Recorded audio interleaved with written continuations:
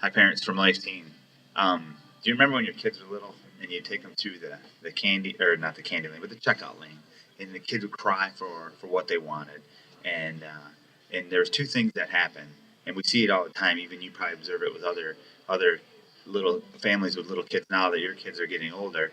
But the parent and the kid go at a little war, and that kid wants something from a piece of candy or whatever it is, and they start to cry and fuss for it.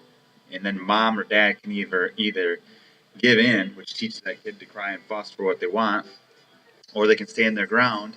The kid's still going to fuss and cry, but they're not going to get it. And pretty soon, as each time they go through that checkout lane, the kid will start to realize, I don't get what I want when I scream and cry, so I'm not going to scream and cry. But if you give in here and give in there, then that screaming and crying is reinforced, and then they do it to get what they want. Well, now take your kid and grow them up into the life teenage, and now they do the same thing. At least mine does.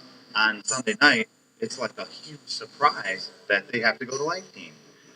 Although we've been talking about it all weekend long, how they should get all their homework done, and sure, you can go out Saturday night, but I want you to keep in mind, is you got a handle on your homework? Yeah, I do. I got a handle on it. I'm all set, Dad.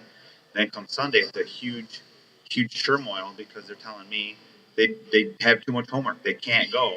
And what I do is I treat it like that checkout lane. Um, the first few times I say, no, you're going to go flat out. That's it. They moan and groan and cry and well, not cry and fuss, but they do what the little kid does, but just in a big kid version. And and if we give in to that, then they learn that's what they need to do to not go to life teen. But if we don't give into it, after a few weeks, they start to say, "Oh, crud, I gotta go. This is no big surprise to me. I better get my stuff done," and it's just not an option. And so I want to encourage you. We're in week 10 of Life Teen. Fear not if you are struggling getting your kid to come to Life Teen. It's not too late. It's just putting the foot down a little bit and say it's just what we do as a family. You're in high school. I want you to be in a place where you're learning your faith and being around other kids who are learning their faith too. I'm not going to let your faith education stop at the rock level or eighth grade level. You're gonna continue it into these high school levels, just like the stuff they studied in eighth grade or middle school would we would not want them to stop there in their education. And you compare to what now they're studying in high school, the difference in the level and depth of what they're doing.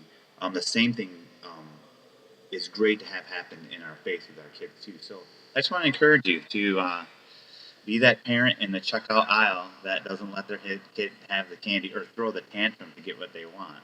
Recognize it for what it is and be strong, be courageous, be a parent.